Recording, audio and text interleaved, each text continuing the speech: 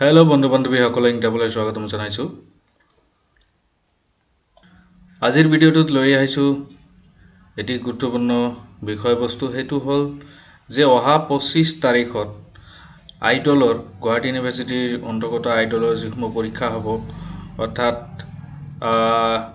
MA, MSc, MCom, 4th semester, PG diploma, 2nd semester, IT 1st, 2nd, 4th and 6th semester and previous examinations এইবোৰ পৰীক্ষা সম্বন্ধীয় কিছুমান কথা আজি আলোচনা কৰা হ'ব। খুবেই গুৰুত্বপূৰ্ণ,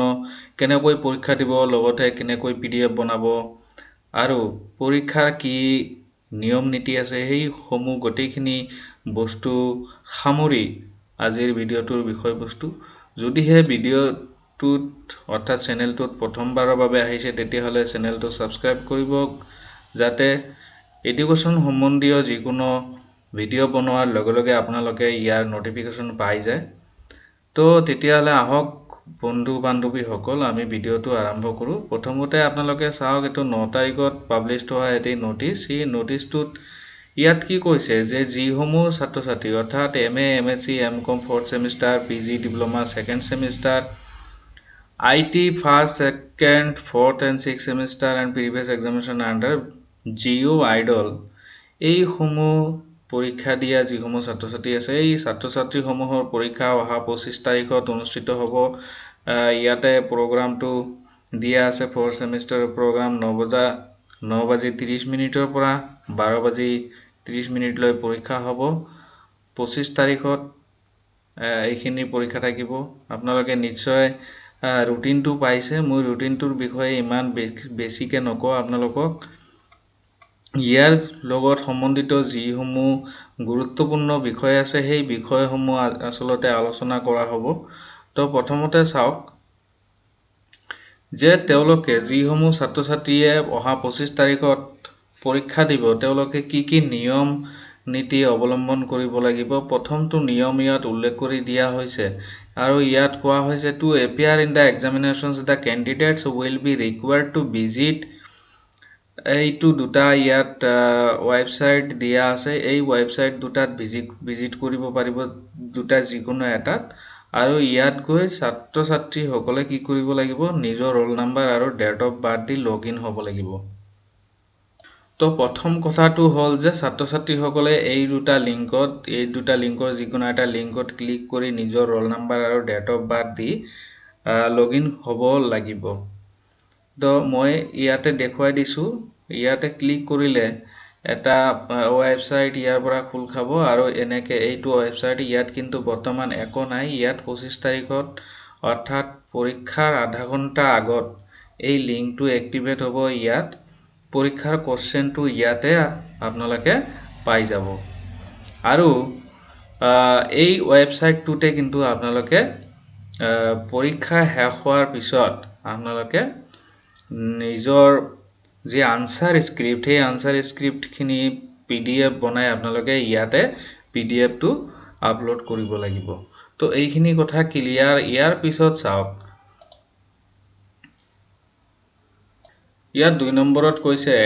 after login the candidates can download their question paper and the question papers will be available for downloading 30 minutes before the beginning of the examination। পৰীক্ষা আৰম্ভ হোৱাৰ 30 মিনিট আগতে এই ৱেবছাইটটোতে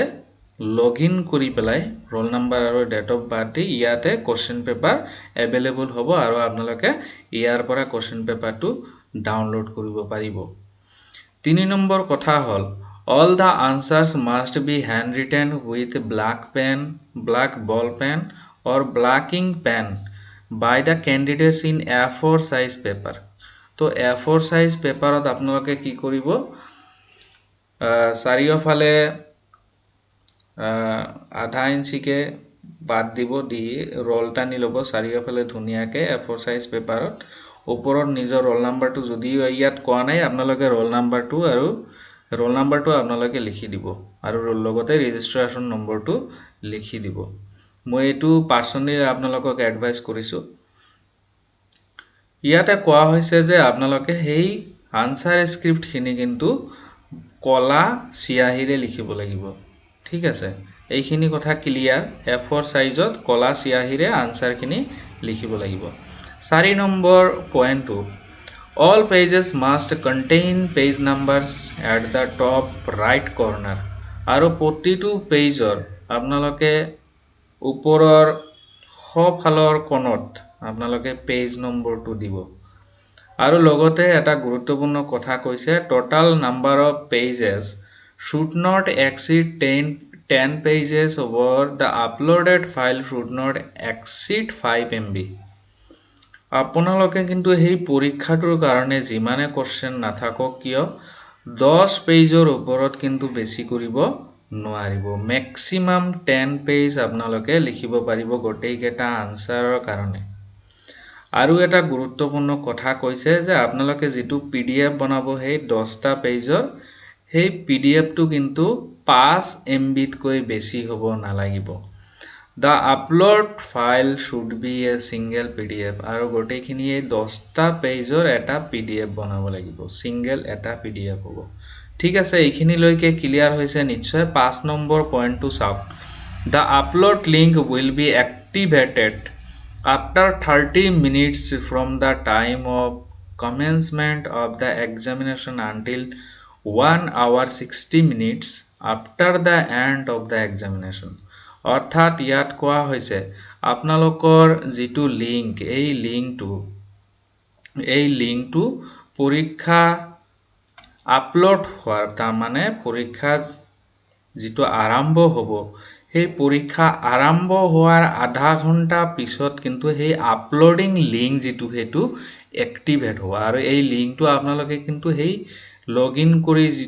ৰোল নাম্বাৰ আৰু ডেট অফ বাৰ্থ দি login কৰি যেটো লিংকত যাব তাতে আপোনালোকে আপলোড কৰিব পাৰিব ঠিক আছে আৰু এই আধা পৰীক্ষা আৰম্ভ হোৱাৰ আধা ঘণ্টা পিছত লিংকটো এক্টিভেট হ'ব আৰু পৰীক্ষা শেষ হোৱাৰ 1 ঘণ্টা পিছলৈকে সেই লিংকটো এক্টিভেট থাকিব এইখিনি সময়ৰ ভিতৰতে আপোনালোকে নিজৰ স্ক্ৰিপ্টখিনি আনসাৰ স্ক্ৰিপ্টখিনি আপোনালোকে PDF বনাই তাতে আপলোড কৰিব লাগিব সেই লিংকটো তাৰ পিছত 6 নম্বৰ পইণ্টটো চাওক in case the candidates find any difficulty in uploading the PDF file they may mail the PDF file to specific email IDs to be available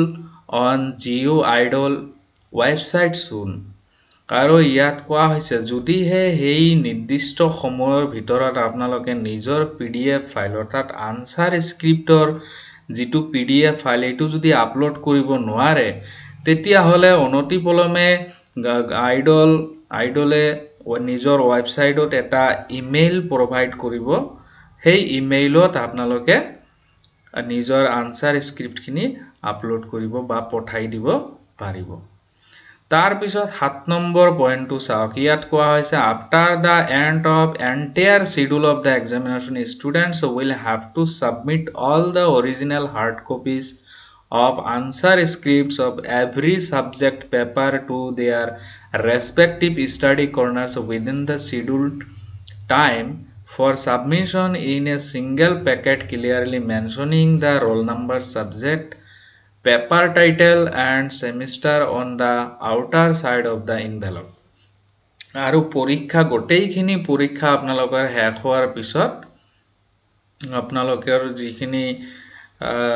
answer script থাকিব সেই আনসাৰ স্ক্ৰিপ্টখিনি এটা এনভেলপৰ ভিতৰত আপোনালোকে ভৰাব লাগিব ধুনিয়াকে সিল কৰি আৰু তাৰ পেকেটৰ ওপৰত আপোনালোকে নিজৰ ৰোল নাম্বাৰ লিখিব তাৰ পিছত সাবজেক্ট কি সাবজেক্টৰ পৰীক্ষা দিছে সাবজেক্টটো লিখিব পেপাৰৰ টাইটেল যি কেটা পেপাৰ আপোনালোকে পৰীক্ষা দিছে সেই গোটেই কেটা পেপাৰৰ টাইটেল আপোনালোকে লিখিব লাগিব আৰু লগতে সেমিস্টাৰ কোনটো সেমিস্টাৰৰ হয় আপুনি হেতু উল্লেখ কৰি তাতে এনভেলপৰ ওপৰত লিখি দিব লাগিব আৰু এইখিনি কিন্তু জমা দিব লাগিব ষ্টাডি চেণ্টাৰত ইয়াত কোৱা হৈছে study center will arrange for receiving the answer scripts of the students on the scheduled dates of 9th and 11th November 2021 আৰু আপোনালোকৰ পৰীক্ষাৰ এই এনভেলপৰ যেটো answer scriptৰ যেটো এনভেলপ এইখিনি জমা লব ষ্টাডি চেণ্টাৰ সকলে 9 তাৰিখৰ পৰা 11 নৱেম্বৰ তাৰিখলৈ তাৰ পিছত 9 নম্বৰ পইণ্টত ইয়াত কোৱা হৈছে study centres R hereby advised not to generate the printout of the PDF of answer script আৰু ষ্টাডি চেণ্টাৰ সকলক এটা এডভাইস দি কথা কৈছে যে তেওঁলোকে যাতে আনসাৰ স্ক্ৰিপ্টখিনিৰ কোনো ধৰণৰ প্ৰিন্ট আউট তেওঁলোকে নাৰাখে আৰু লগতে কোৱা হৈছে 10 number the full marks of for each paper will be clearly mentioned in the question paper ত কিমান নম্বৰৰ পৰীক্ষা হ'ব এটো উল্লেখ কৰা থাকিব আৰু লগতে কৈছে যে এটা হেল্পলাইন নম্বৰ ষ্টাডি চেণ্টাৰৰ পৰা প্ৰদান কৰা হ'ব যদি কিবা পৰীক্ষাৰ সময়ত অসুবিধা বোধ কৰে এক্সামিনী সকলে তেতিয়া হলে সেই হেল্পলাইন নম্বৰত ফোন কৰিব পাৰিব আৰু সহায় ল'ব পাৰিব 12 নম্বৰ পইণ্টত কোৱা হৈছে candidate should mandatorily follow the two steps দুটা স্টেপস পৰীক্ষাৰ্থী সকলে মানে কম্পালসৰিলি ম্যান্ডেটৰিলি ফলো কৰিব লাগিব সেই দুটা হল uploading the PDF file of the answer scripts within the stipulated time mentioned in the point number 5 5 number পইণ্টত যেটো কোৱা হৈছে যে আনসাৰ স্ক্ৰিপ্ট খিনি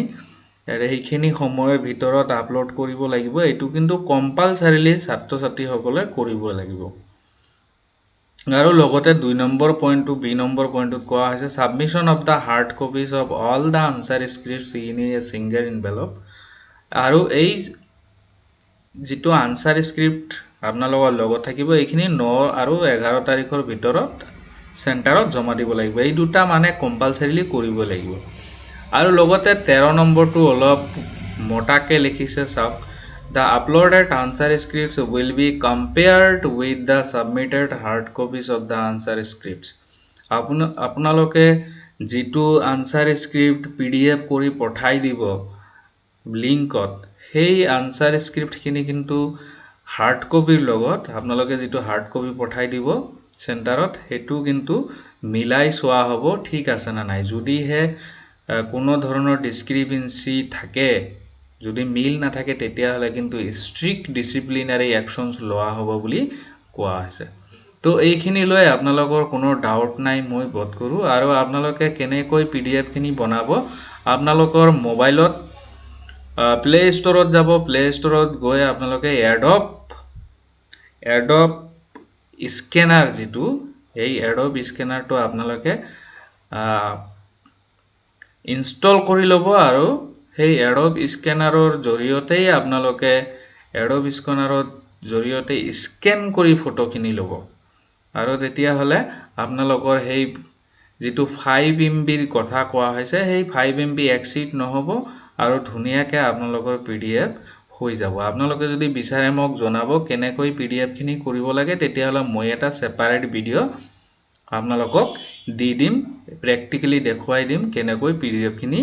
বনাব ধন্যবাদ